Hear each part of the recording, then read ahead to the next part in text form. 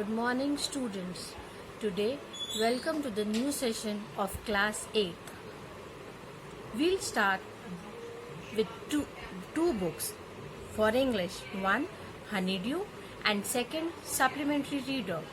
Today, I'm going to start with the first chapter of Honeydew, named The Best Christmas Present in This World. Now, we will start with the explanation line by line. Just go through the video properly.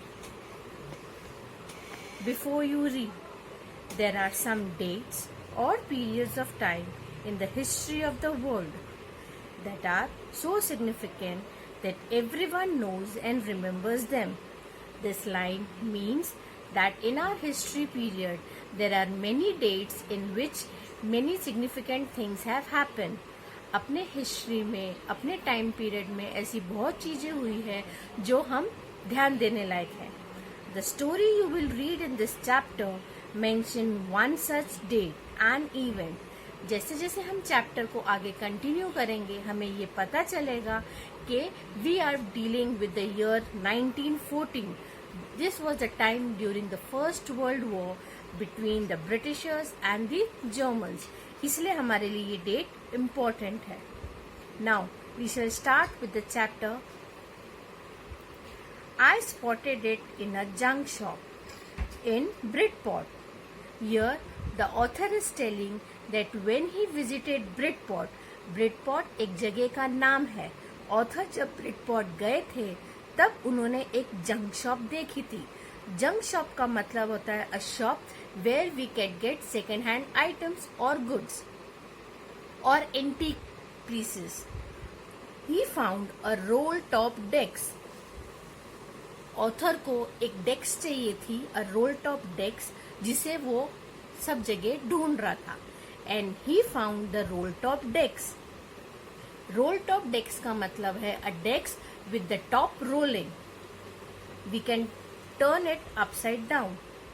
The man said it was early 19th century and oak. Shop का जो keeper था, owner था, उसने author को बोला था कि ये जो डेस्क है, this belongs to 19th century and it is made up of oak material.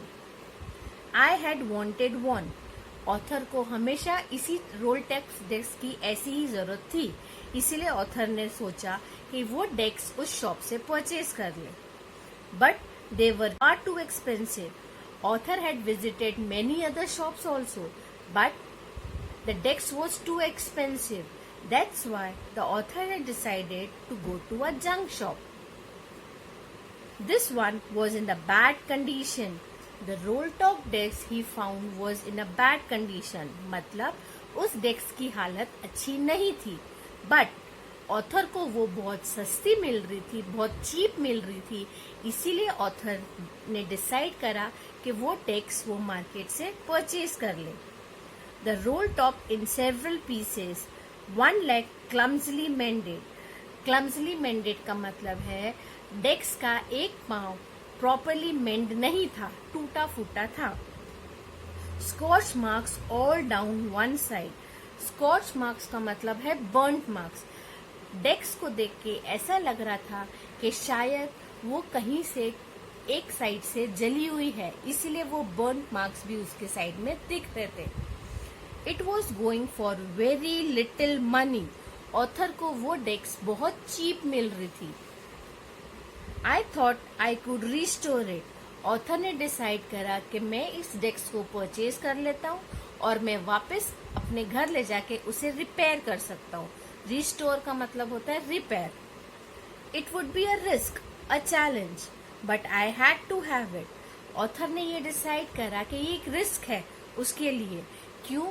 क्योंकि वो डेस्क की कंडीशन बहुत वर्स्ट थी.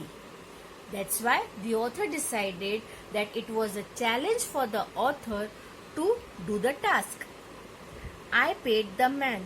Author had given money to the man. Author ने वो डेस्क परचेज कर ली and brought it back to my work room. Author जहाँ पे ऐसा काम करते थे, वो रूम ऑथर के गैरेज के पीछे था. I began work on it on Christmas Eve. Christmas Eve के टाइम, फेस्टिवल के टाइम, उस टाइम ड्यूरेशन के टाइम ऑथर ने उस डेस्क से काम करना शुरू कर दिया। I remove the roll top completely and pulled out the drawers. Author ने उसका रोल टॉप जो कि इजीली निकल सकता था उसे निकाला, और डेस्क में बहुत सारे ड्रॉर्स थे। There were many drawers in the desk, so the author started pulling out the drawers. The winner had lifted almost everywhere. Winner का मतलब होता है डेस्क पे एक हल्की सी प्लास्टिक की लेयर होती है जिससे कि अपन फूड आइटम्स को स्टोर करके रख सके। बट धीरे धीरे वो फर्नीचर ऑलमोस्ट इतनी कंडीशन बिगड़ चुकी थी कि उसका विनर भी निकलता जा रहा था। It look like water damage to me. Author को ये लग रहा था कि शायद पानी की वजह से उसका फर्नीचर, उसका डेस्क खराब हो रखा है। Both fire and water had clearly taken their toll on their desk. Author ने इमेजिन करा कि with the fire and water दोनों की वजह से डेस्क की कंडीशन इतनी खराब हुई है। The last drawer was stuck fast. There were 3 drawers, approximately 3 drawers in the desk. Author ने दोनों ड्रॉर तो खोल लिए थे, but it was difficult for him to open the last drawer. Last drawer author से खोल नहीं रहा था, वो बहुत टाइटली जैम था। I tried all I could to ease it out gently. Author ने बहुत कोशिश करी उसे इजीली खोलने की, but he failed. In the end I use brute force. Brute force का मतलब है बहुत फोर्स लगा के, बहुत ताकत लगा के ऑथर ने उस ड्रॉर को खोलने की कोशिश करी। I struck it sharply with the side of my fist. मुट्ठी से जोर देके ऑथर ने उस ड्रॉर को खोलने की कोशिश करी, and the drawer flew open to reveal a shallow space underneath. और जैसे ही जोर से ड्रॉर खुला, ऑथर ने ये देखा, रिवील का मतलब टू सी समथिंग। ऑथर ने ये देखा कि उस ड्रॉर के अंदर भी एक गहरा, शैलो का मतलब होता है डीप हिडन स्पेस है, means a secret drawer. There was something in there. और जैसे ही वो सीक्रेट ड्रॉर ओपन करा, ऑथर को उसमें कुछ और भी दिखा। I reached in. Author reached in का मतलब ही ओपन द सीक्रेट ड्रॉर, और उसने ये ऑब्जर्व करा there was a small black tin box. उस सीक्रेट ड्रॉर में एक और टिन बॉक्स था। Cello tape to the top of it was a piece of lined note paper. उस टिन बॉक्स के ऊपर with the help of the cello tape एक paper attach था, a type of a note paper, और जिस पे कुछ लिखा हुआ था with the shaky handwriting. shaky handwriting का मतलब है untidy handwriting. Jim's last letter received January 25, 1950. इससे ऑथर को ये समझ में आया कि ये लेटर जिम का है और जिम ने ये लिखा है, और जिसने भी ये लेटर रिसीव करा है की डेट है January 25, 1915. To be buried with me when the time comes. उसमें लिखा हुआ था ये मेरे साथ लास्ट मोमेंट पे बरी हो जाएगा, मेरे कॉफिन में. I knew as I did it that it was wrong of me to open the box. मुझे पता था कि मुझे किसी का सामान खोलना नहीं चाहिए, बट फिर भी I was curious. Author curious था ये जानने के लिए कि इस बॉक्स में है क्या. It was wrong of me to open the box, but curiosity got the better of my scruples. इसका मतलब ऑथर अपने हेजिटेशन को रोक नहीं पाया, and he opened the drawer. It usually does. Inside the box there was an envelope. Box के अंदर भी एक envelope था. जैसे अपन किसी को लेटर लिखते हैं, envelope में पोस्ट करते हैं, उसी प्रकार एक envelope ऑथर को उस टिन बॉक्स में मिला. The address read Mrs. Jim McPherson, 12 Copper Beaches, Bridport.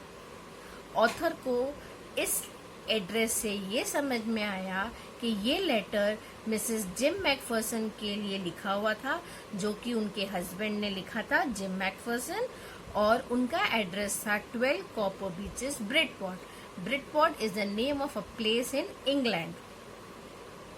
Dorset भी इंग्लैंड में एक जगह का नाम है. I took out the letter and unfolded it. Unfold का मतलब लेटर धीरे धीरे ऑथर ने ओपन करा. It was written in pencil and dated at the top December 26, 1914. जैसे हमें पता है लेटर लिखने का फर्स्ट प्रोसीजर है to write the date on the top. तो वो लेटर दिसंबर 26, 1914 को लिखा गया था और रिसीव हुआ था जनवरी 25, 1915. So guys, students, we have gone with the first part of the chapter. Now, in the second video, we will go through the next part. Now, we will discuss the second part of the chapter. Dearest Connie, I write to you in a much happier frame of mind. When Jim was writing a letter to her dearest Connie, Jim's wife, he was very happy because something wonderful had just happened. Jim wanted to express his views that something wonderful had just happened in his life and he wanted to say to his wife. We were all standing in our trenches yesterday morning. This incident is one day previous, on the day of Christmas morning. When they were standing in their trenches, trench means a long deep ditches in the ground where soldiers protect themselves from the enemy. It was crisp and quiet all about. The morning was very quiet and still. As beautiful a morning as I have ever seen, as Jim has ever seen. Cold and frosty as a Christmas morning should be. I should like to be able to tell you that we began it. Jim wanted to say that they began it. Jim was a leader in the British soldier army.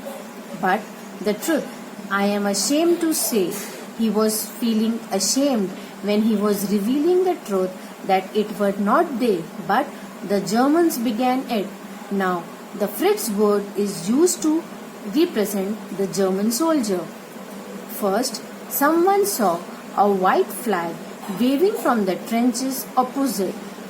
From the opposite trench means from the enemy party. Some soldier saw a person was waving a white flag. Then they were calling out to us from across no man's land. Here, the phrase no man's land means the area where we will not find any of the human beings standing, because if they will find a man standing, both the enemies would attack them. Happy Christmas, Tommy. Happy Christmas. The German soldiers were giving Christmas wishes to the British soldiers by addressing Tommy.